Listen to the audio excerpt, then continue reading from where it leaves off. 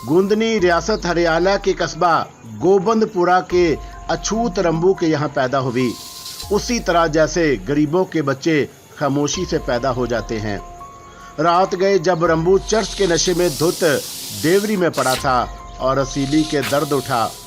घर में और कोई नहीं था और शदीद तकलीफ के आलम में उसने रंबू को झंझोड़ कर उठाने की कोशिश की, लेकिन रंबू तो उस वक्त अंदर सभा में बैठा दम लगा रहा था।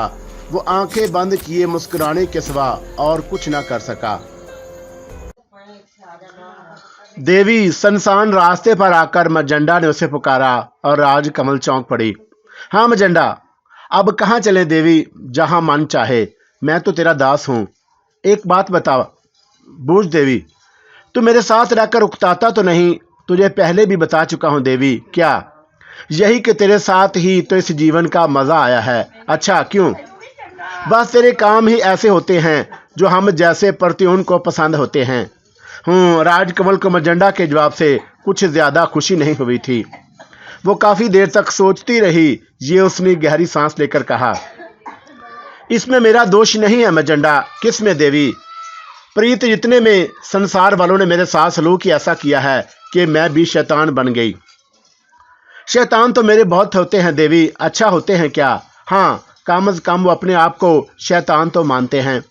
उनका तो काम ही बुरा होता है, बल्कि तो उन मियाँ मिंशों को क्या कहेगी जो हम में से ज्यादा होते हैं। हाँ, ये भी तो ठीक कह रहा है। राजकमल ने ठंडी सांस ली। फिर देवी, तूने इन लोगों के साथ अच्छा सलूक क्यों कर रही है? किन लोगों के साथ? तुझे एहसास नहीं है? किस बात का मजंडा? बर्बाद होने देती महिंद्रा और उसके बाप को। बाप के हाथों बेटा मारा जाता या बेटा बाप के हाथों, इस ख्याल में ज्यादा लुत्फ आता, और तूने उन्हें कष्ट से निकाल लिया। राजकमल हैरत से मजंडा को देख रही थी। पहले भी तूने यही कहा था क्या? राजकमल आहिस्ता से बोली। शंकर और उसके बाप को जमीनें दिलवा दी थी और उसको मरवा दिया था। ओहो, शंकर बहुत प्यारा था, बड़ा ही मासूम, बड़ा ही भोला था वो, और तो वो भी मर्द ही। हाँ, वो तो ठीक है, मगर नहीं देवी, संसार में बुरे कामों में जितना मज़ा आता है अच्छे कामों में नहीं। अच्छा, अब मैं इसका तजर्बा करूंगी। राजकमल मुस्कुराते हुए बोली और मजंडा खामोश हो गया। काफ़ी देर तक खामोशी रही और फिर उसने ही कहा, मगर अब चलेंगे कहाँ मजंडा? ये तो आप ही बता सकती हैं महारानी, तू नहीं बताएगा। मैं क्या बताऊं तुम्हारे मन में क्या है? मेरे मन में? राजकमल ने गहरी सांस ली। मैं तो अब कुछ भी नहीं हूँ। यूँ लगता है जैसे सारा संसार मुझ में समा गया हो, आगे कुछ भी ना हो। संसार तो बहुत बड़ा है महारानी जी, अभी आपने कुछ देखा ही नहीं। छोटी छोटी रियासतों से दूर, उन बस्तियों से परे बड़ी बड़ी बस्तियां भी है जिन्हें शहर कहा जाता है। यहाँ की और वहाँ की ज़िंदगी में बहुत फ़र्क है। वहाँ के लोग बेहद चालाक हैं और उनके रहने सहने का अंदाज भी इन बस्तियों से अलग थलग है। ओहो, तूने देखा है?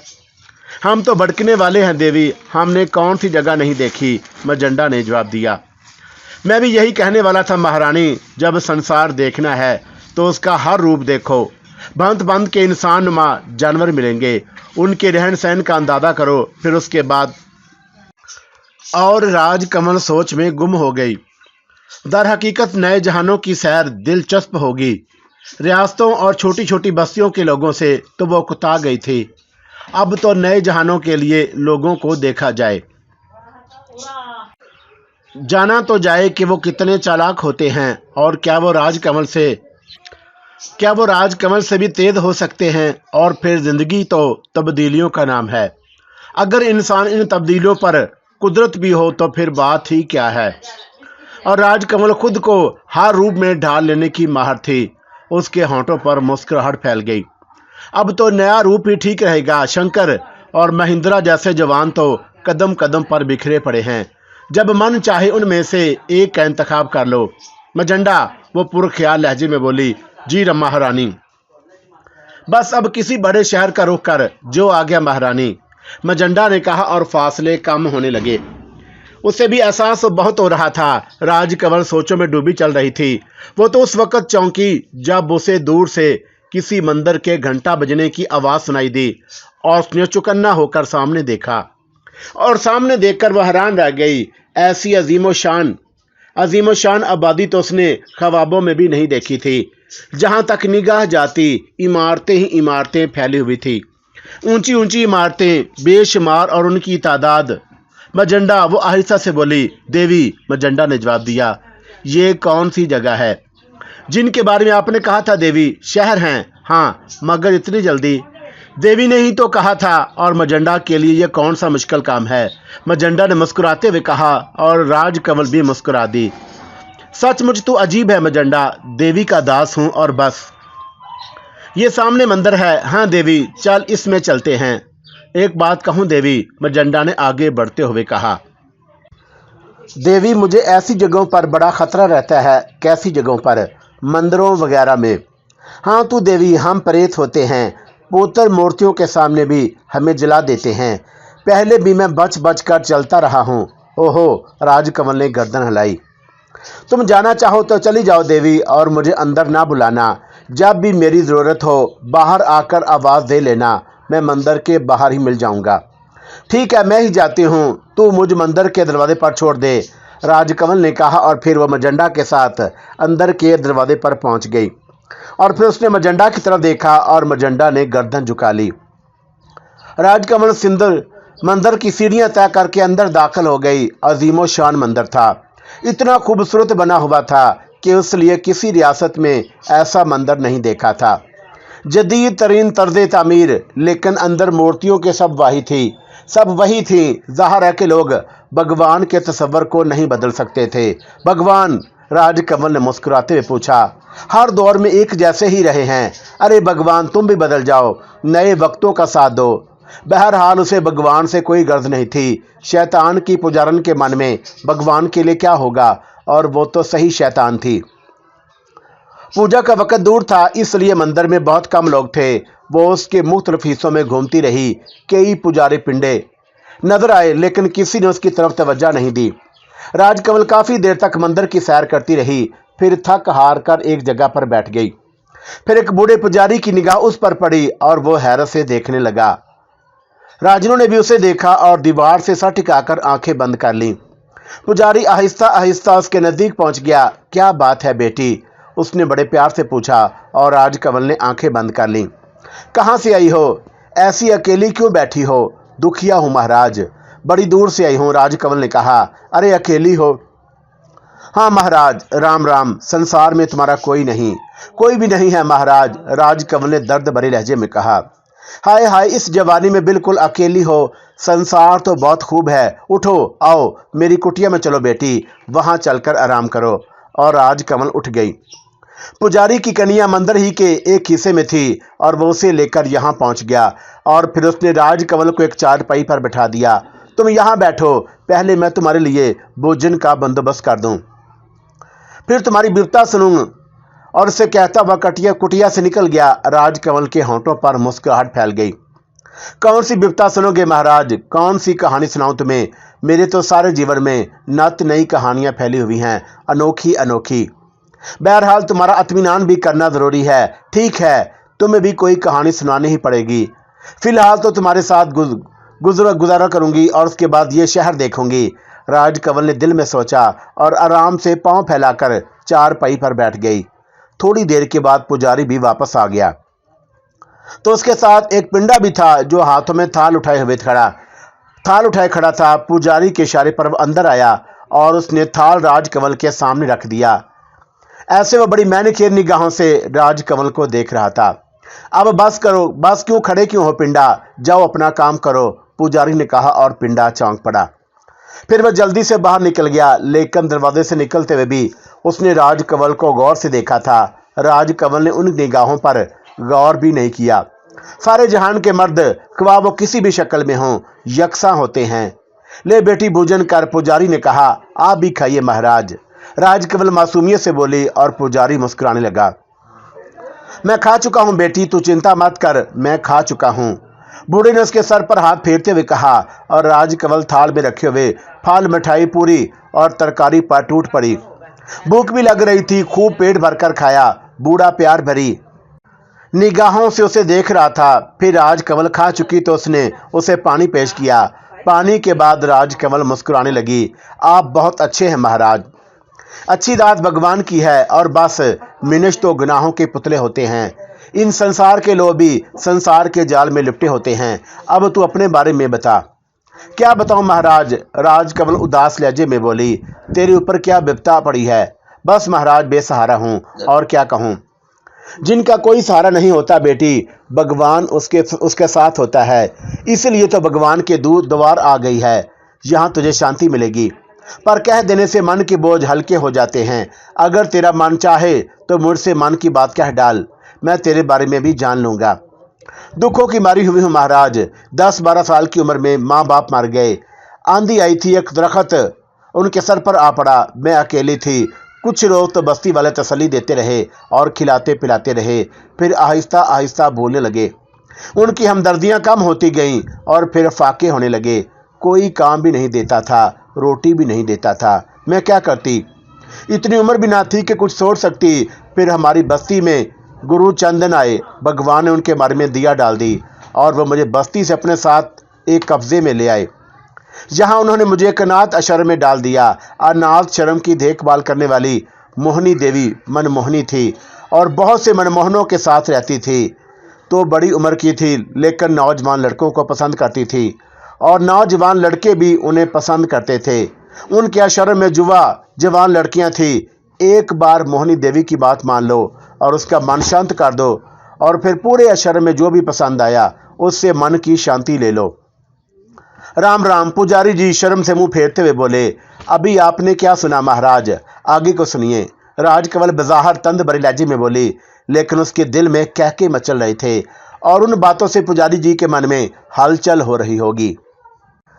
बासी कड़ी में उबाल आ रहा होगा। उसने कहके रोक लिए। उसके बाद महाराज, राजकमल ने कहना शुरू किया। बस बस, पुजारी जी ने घबरा कर हाथ उठा दिए। तू अपनी विपदा सुना चुकी, अब अपनी क्या बताऊं महाराज। राजकमल ठंडी सांस लेकर बोली। क्या तुझे भी उस कलंकनी ने बर्बाद कर दिया? दाद देगी महाराज, मगर उसके बाद भी जीवन को कोई रास्ता नहीं मिला। कदम कदम पर राक्षस मिले महाराज। अनाथ शर्म से भागने के बाद मैंने कई जगह काम करके रोटी कमाने की कोशिश की, लेकिन अब रोटी के बदले लोग शरीर मांगते थे। क्यों महाराज, ऐसा क्यों है? चुप हो जा बेटी, बस चुप हो जा। भगवान को निड़की तो भरनी है। तूने बड़ा अच्छा किया यहाँ चली आई। बस अब तू चिंता न कर और आराम से यहाँ रह। इस बस्ती का क्या नाम है महाराज? माधोपुर। बहुत बड़ा शहर है। यहाँ कई यात्राएं हैं। बड़ी दूर दूर से मनुष्य आते हैं। मैं तुझे सारी यात्राएं दिखाऊंगा। और मेरी मान तो अब तू संसार का लोभ छोड़ और भगवान की दासी बन जा। भगवान के द्वार किसी के लिए कोई घटना नहीं है। मेरा मन नहीं मानता महाराज। किस बात पर बेटी? मैं तो अब संसार में किसी पर भरोसा नहीं रहा। तेरे ऊपर विपदा भी ऐसी ही पड़ी है, मगर बेटी तुझे इसी संसार में रहना है। भरोसा भी करना पड़ेगा, खतरा भी लेना पड़ेगा। इब्तदा से यहीं से कर। बूढ़े पुजारी ने पुरखलूस लहजे में कहा और राजकमल भी खामोश हो गई। अच्छी खासी अदाकारी कर ली थी, बस इससे ज्यादा क्या किया जाता। अब तू यहाँ आराम कर, मैं चलता हूँ। शाम की पूजा में शरीक होऊंगा। जी आ गया महाराज, राजकमल ने कहा और बूढ़ा पुजारी कमरे से निकल गया। राजकमल चारपाई पर दराज हो गई। माधोपुर। उसने एक तवील सांस लेकर सोचा और फिर हंस पड़ी। मैं मंदिर की दासी बनकर रहूं? वाह महाराज वाह। क्या तुम पागल हो? मगर अब क्या किया जाए। कम वक्त मजंडा भी मंदिर में नहीं दाखिल हो सकता। प्रीत कहीं का मलीच। और उसने एक गहरी सांस ली और फिर उस पिंडे की शक्ल उसकी निगाहों में आई, जो दरवाजे से निकलते निकलते उसे घूरता रहा था। यहाँ कोई हंगामा किया जाए, मगर बूढ़ा अच्छा आदमी है, उसका दिल तोड़ना अच्छी बात ना होगी। उसने सोचा और फिर चौंक पड़ी। जी आखिर मुझे क्या होता जा रहा है? मैं अच्छाई और बुराई के चक्कर में क्यों पड़ गई हूँ? मजंडा के अल्फाज उसके कानों में गूंजने लगे। जो मजा बुराइयों में है वो अच्छाइयों में कहाँ। हर बुराई दिलकश होती है, दिलचस्प होती है, और फिर सारा जीवन तो ऐसे ही गुजारा जाता है। अब अच्छे रास्तों की तरफ जाना बेवकूफ़ी की तो है, तो फिर क्यों ना इब्तदा इन बड़े मियाँ से ही की जाए। शैतान की औलाद ने सोचा और अपने जहन में मंसूबे बनाने लगी। शाम की पूजा में शुरू की नहीं हुई रात गए। पुजारी भी महाराज के उस कमरे में आए और राज केवल चारपाई से उठकर बैठ गई। कैसी है हमारी बेटी? ठीक है महाराज। पूजा में नहीं आई, बस मन नहीं चाहा। अच्छा कोई बात नहीं, थकी हुई होगी, मैंने तेरे लिए भोजन मंगाया है, भोजन करके आराम से सोचना, कल सुबह तक थकन उतर जाएगी। मैं भोजन नहीं करूंगी महाराज। अरे क्यों? बस मेरा मन नहीं चाह रहा। अच्छा तो फिर दूध पी लेना, पिंडा आया तो उसे कह दूंगा। और राजकमल खामोश हो गई। फिर दूध का एक बड़ा गिलास उसे पीना ही पड़ा। मंदिर में खामोशी छा गई थी। महाराज उसके पास बैठे कुछ सोच रहे थे। फिर उन्होंने उठते ही कहा, तुझे नींद आ रही होगी।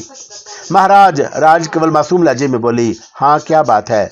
आप कहाँ जा रहे हैं महाराज? मैं बाहर सोऊंगा, तू आराम से दरवाजा बंद कर ले। नहीं बगराम, नहीं महाराज, भगवान के लिए नहीं। मेरा पूरा जीवन अकेले बीत गया है। मुझे रात को डर लगे है, बड़े बुरे बुरे सपने आते हैं, और जब मेरी आंख खुले है और मैं खुद को अकेला पाऊँ हूँ तो मेरा मन पंछी की तरह फड़फड़ाए है। मैं किसी मनुष्य की सूरत में देखने को तड़पने लगू हूँ। तुमने मुझे अपना कहा है महाराज, तो फिर मुझे मेरी रात की नींद पूरी कर लेने दो। राजकमल ने ऐसे दर्द भरे लहजे में कहा कि पुजारी जी महाराज तड़प उठे। अपनी शामत से बेखबर, हसीन नागन की हरबों से बेपरवाह, और वह नहीं जानते थे कि राजकमल उनका धर्म नष्ट कर देने पर तुली हुई है। वो एक ऐसे बंधन को तोड़ देना चाहती है जिससे मनुष्य के इंसानी रिश्ते का आधार होता है। पुजारी ने उसे बेटी कहा था, लेकिन शैतान की बेटी, जिसकी माँ रसीली चमारन खुद भी नहीं जानती थी कि उसके फूले हुए पेट में किसकी औलाद है। शैतान की बेटी नहीं हो सकती थी, लेकिन सादा दिल पुजारी उसके इन दर्द भरे अल्फाज पर तड़प उठा और बोला, अरे तू चिंता क्यों करती है बेटी? ठीक है, मैं यहीं सोऊंगा, बस तू चारपाई पर लेट जा और आराम से सो जा। बूढ़े पुजारी ने कंबल जमीन पर बिछाते हुए कहा, तुम कहाँ सोओगे महाराज? यहाँ। बूढ़े ने कहा, नहीं नहीं, ये पाप होगा। अरे नहीं बेटी, मैं तो बूढ़ा आदमी हूँ, और फिर जमीन पर सोने का आदी भी। तू आराम से सो जा, और हाँ, जब सपना देखे और तेरी आंख खुले तो मुझे आवाज दे लेना। मगर महाराज जी अच्छा ना लगेगा। राजकमल बोली, ओफो, तू तो बड़ी जिद्दी है। अरे बेटी, अब तो ये बूढ़ी हड्डियां दुखों से बेनियाज हो गई हैं। तेरा कोमल बदन धरती पर दुख जाएगा। तू आराम से सो, बस अब जिद ना कर। बूढ़े ने कंबल अपने ऊपर लेटते हुए कहा, और राजकमल ने एक गहरी सांस ली। बड़े मियाँ, तुम्हारी बूढ़ी हड्डियों को जवान न कर दिया तो गोंदली नाम नहीं। राजकमल ने दिल में सोचा और चारपाई पर लेट गई। बूढ़ा पुजारी भी जमीन पर दराज हो गया था। राजकमल काफी देर तक मंसूबे बनाती रही। इस शहर में आने के बाद उसने सबसे पहली चीज ये मंदिर ही देखा था। अब ना जाने यहाँ क्या क्या था। बहरहाल जो कुछ है सब देख लिया जाए, उसने सोचा, और पहले तो उन महाराज की खबर ली जाए। वक्त गुजरता रहा और राजकमल सोचती रही। उसे नींद नहीं आ रही थी। फिर उसने बूढ़े पुजारी की तरफ देखा। वो लंबी ताने सो रही था, लंबी ताने सो रहा था, कमीना कहीं का। जब संसार से मन उठ गया है तो फिर जी क्यों रहा है? उसने दांत पीस कर सोचा। नींद ना जाने आंखों से कितनी दूर चली गई थी। दूर से घंटा बज रहा था। राजकमल करवटें बदलती रही, और फिर किसी जज्बे के तहत उसने अपना जहरी लिबास ऊपर खींच दिया। कमरे में रोशनी सी फैल गई और उसका दूधिया बदन वफा हो गया था। ना जाने कौन कौन था जो उस बदन के तिलस्म में खोकर अपना आप गंवा बैठा था। लेकिन वक्त की बात है, इस वक्त उसकी तलब लेकिन यहाँ कोई ना था जो उसकी तशंगी दूर कर देता। उसने बेचैनी से पांव चारपाई की पट्टी पर फंसाने और चारपाई पर चढ़ उठी। तब बूढ़े की आंख खुल गई। कमरे में दरिये की रोहट और उस रोशनी में एक और पहली रोशनी शामिल थी। पुजारी की निगाहें राजकमल के उड़िया बदन पर पड़ी और उसने आंखें झुका लीं। जवानी की नींद भी बड़ी खराब हो गई है। वो आहिस्ता से बड़बड़ाया, फिर उठा और राजकमल उसके जागने को महसूस कर लिया और जल्दी से आंखें बंद कर लीं। उसके दिल में गुदगुदाहट होने लगी थी। शायद बरसों के बाद साकन ताबूत में अथल पथल होने लगी। आंखें खोलकर वो उसके चेहरे का जायजा तो ना ले सकी, लेकिन उसका बदन खुरदरे हुए हाथों के लमस का मुतज़िन था और वह अपने शरीर पर स्याह नागों को महसूस कर रही थी। हर लम्हा यूं लगता जैसे कोई इधर से आया। और बूढ़ा उठकर उसकी चारपाई के पास आ गया और उससे आगे बढ़े, और फिर उसने राजकमल का जहरी लिबास से नीचे उठा लिया। जब ही तो कहते हैं कि बाप बेटी को भी एक कमरे में नहीं सोना चाहिए। उसने जमीन कंबल से उठाया और दरवाजा खोलकर बाहर निकल गया। राजकमल के तन बदन में आग लग गई थी। घोची कहीं का, उसने गुड़ाई हुई आवाज में कहा, और दांत भीज कर करवट बदल ले। लेकिन दूसरी सुबह वो पुरसकून थी। बूढ़े की शफकत का वही अलम था। लेकिन राजकमल यहाँ रुकना नहीं चाहती थी। पिंडे पुजारी पूजा पाठ में थे। वो बाहर निकल आई और फिर मंदिर से थोड़ी दूर पहुंचकर मजंडा को आवाज दी। दूसरे लम्हे मजंडा हाजिर था। कैसी रही देवी? उसने करी अंदाज में मुस्कुराते हुए कहा। बहुत बुरी। राजकमल दांत पीस कर बोली। ये शहर तो धर्म वालों का शहर है। यहाँ तो रहना बड़ा मुश्किल है। अरे नहीं देवी, अभी तो तुमने कुछ भी नहीं देखा। ये धर्म का शहर नहीं है। आओ मैं तुम्हें तुम्हारी पसंद की जगह ले चलूं। तो चल ना, यहाँ क्यों मरा हुआ है? राजकमल ने झल्लाए हुए अंदाज में कहा और मजंडा उसे लेकर आगे बढ़ गया। जो कुछ मैं कहूँ, जो कुछ मैं करूँ, उसे खामोशी से देखती जा। सवाग ना आए तो फिर वहां से जहां मन चाहे चल पड़ना। ठीक है, राजकमल ने कहा। मजंडा उसके साथ आगे बढ़ता रहा। राजकमल दिलचस्पी से सारी इमारतें देख रही थी। फिर वे एक ऐसे इलाके में पहुंच गए जहां नीचे दुकानें थी पर रिहायशी मकानात ऊपर। मजंडा खामोश एक मकान की सीढ़ियों पर चढ़ने लगा और थोड़ी देर के बाद वह दरवाजे पर दस्तक दे रहा था। दुबली पतली सी सूखी हुई लड़की ने दरवाजा खोला। राजकमल वादा कर चुकी थी कि मजंडा के किसी मामले में दखल नहीं देगी, इसलिए वो बिल्कुल खामोश थी और दिलचस्पी से देख रही थी और उसके हदायत पर अमल करने जा रहा था। क्या बात है? लड़की ने पूछा। काशी से मिलना है, मजंडा ने जवाब दिया।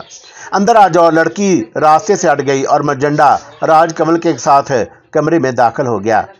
लड़की ने अजीब सी निगाहों से राजकमल को देखा था और फिर वो उन दोनों को एक छोटे से कमरे में लेकर अंदर चली गई। राजकमल गहरी निगाहों से चारों तरफ देख रही थी और उसने मुस्कुराते हुए कहा, मैं तुझे वचन दे चुकी हूँ मजंडा कि कुछ ना पूछूंगी। मजे करोगी देवी, ऐसी ही जगह लाया हूँ। मगर तू इस जगह के बारे में कैसे जानता है? हम कौन सी जगह के बारे में नहीं जानते देवी, और फिर ऐसी जगह तो हमारी पसंदीदा होती है। यहाँ हमारे पसंद के लोग ही रहते हैं। ओहो, तब तो उम्दा जगह है, राजकमल मुस्कुराते हुए बोली। और उसी वक्त एक मोटी ताज़ी औरत 16 श्रृंगार की सूखी लड़की के साथ अंदर दाखिल हुई और उसके चेहरे पर खशूनत थी। उसने कड़ी निगाहों से मजंडा को देखा और राजकमल को देखा। राजकमल के चेहरे पर उसकी निगाहें कई सेकंड तक गड़ी रहीं। फिर वह खुरदरे लहजे में बोली, क्या बात है? कौन लोग हो तुम? और मजंडा बेतुके अंदाज में हंस पड़ा। माल लाया हूँ बाई जी। क्या मतलब? औरत हैरत से बोली। देख लो कैसी है। औरत ने गर्दन हिलाते हुए कहा और वो गहरी निगाहों से राजकमल का जायजा ले रही थी। कौन है ये? कहाँ से लाया है? अपना माल है, गांव से खरीदा था। कोई झगड़ा तो नहीं? अरे नहीं बाई जी, इस शहर में नए ज़रूर हैं मगर सौदा खरा करते हैं। तुम देख लेना, और भी बहुत से माल तुम तक पहुंचाएंगे। कीमत भी उतनी मिलेगी जो दूसरा कोई ना दे सकेगा, मगर मैं झगड़ों से घबराती हूँ। अरे कौन माई का लाल तुझसे झगड़ा करे है भाई? मजंडा सीना तान कर बोला। और उसका कोई वाली वारस? लावारस है, मेरे सिवा इसका कोई नहीं। तब तो बड़ी अच्छी बात है भैया। तेरा नाम क्या है? नाथूराम। और उस लड़की का? इसी से पूछ लो बाई जी। मजंडा हंस पड़ा। क्या नाम है तेरा बेटी? और उसने बड़े प्यार भरे अंदाज में पूछा। राजकमल किसी हद तक इस माहौल को समझ रही थी। ये मजंडा भी बड़ा ही सूर है, कैसी जगह छान कर लाया है। ये हालों परेशानियों के मतलब उसने बहुत कुछ सुन रखा था और दर हकीकत उस जिंदगी में खासी कशिश थी। बल्कि राजकमल जैसी औरत तो यहाँ 4 चांद लगा सकती थी। गोंदनी। राजकमल ने ना जाने क्यों अपना असली नाम बता दिया। बड़ा ही सुंदर नाम है। बरहम तुझे चंपाकली कहेंगे। हाँ ए नाथूराम, हमें ये बेटियां पसंद आ गई है। अब क्या लोगे? जो दे दोगी आंखें बंद करके जेब में रख लूंगा। अब मैं आदमी हूँ, मजंडा ने जवाब दिया। अच्छा ये बात है, काशीबाई बोली और फिर उसने करीब से ही हाथ डालकर कुछ रकम निकाली और मुट्ठी बंद करके मजंडा की तरफ बढ़ा दी। मजंडा ने खामोशी से रकम जेब में रख ली। फिर वो उठ खड़ा हुआ। चलता हूँ काशीबाई, कोई माल मिला तो फिर आऊँगा। ठीक है नाथूराम, तू तो बड़ा ही अच्छा आदमी है, काशी ही ने कहा और राजकमल ने दिल ही दिल में कहकर लगाया, ये जितना अच्छा आदमी है काशीबाई, तुझे बहुत जल्द पता चल जाएगा। सर के बाल खड़ा ना कर दूं तो राजकमल नाम नहीं। चंपाकली तेरे गले में सांप ना बन जाए तो देखना। और चंपाकली दर हकीकत काशीबाई के गले का सांप बन गई। काशीबाई की ज़ाहिर आंखों ने ताड़ लिया था कि पारस उसके पास हाथ लग गया है और अब तो सोना ही सोना है। राजकमल का हुस्न उसकी निगाहों से पोशीदा नहीं था। चौदवी का चांद थी और उदन फन ओढ़कर ना जाने क्या से क्या लगती, इसलिए वो उस गुडरी के अहल को आम निगाहों से छुपा कर रखना चाहती थी। माधोपुर में काशीबाई के नाम का डंका बजता था और वह सलीके की तवाइफों में शुमार होती थी और ऐसे वैसों की मजाल नहीं थी जो उसके कोठे पर कदम रख जाएं, और उसके हाथों मालदार कदरदां ही आते हैं और खुश होकर जाते हैं। अब तक उसकी पुरीतमा थी एक हसीन दोशेदा, नौजवान रस भरी। उसकी आवाज में बड़ी मिठास थी, उसके बदन में बड़ा लूच था, और जिस वक्त वो रक्स करती तो माहौल साकत हो जाता। आजकल तो प्रीतमा की धूम थी और बड़े बड़े उसके दीवाने हो गए थे। काशीबाई हमेशा अच्छे माल की तलाश में रहती और यही उसकी खूबी थी। वो अपने यहाँ एक न एक ऐसी लड़की रखती थी जो अपनी मिसाल आप हो। अभी तो प्रीतमा मौजूद थी, लेकिन राजकमल को देखकर उसने फैसला कर लिया था कि प्रीतमा तो उसके चरणों की खाक भी नहीं। जब फूल उसके गुलिस्तान में खिलेगा तो हलचल मच जाएगी, और उस रात वो मारे खुशी के सो भी नहीं सकी थी। सारी रात वो उस नए फूल में खुशबू बसाने के बारे में सोचती रही, और उसे सबसे ज्यादा खतरा यह था कि खुद लड़की के ख्यालात क्या हैं, कहीं वो गड़बड़ ना करे। हालांकि उसे इस बारे में खूब तजर्बा था। बड़ी बड़ी शरीफ जादियों को वो चुटकी बजाते में ठीक कर चुकी थी, लेकिन बहरहाल इसमें मुश्किल तो पेश आती थी।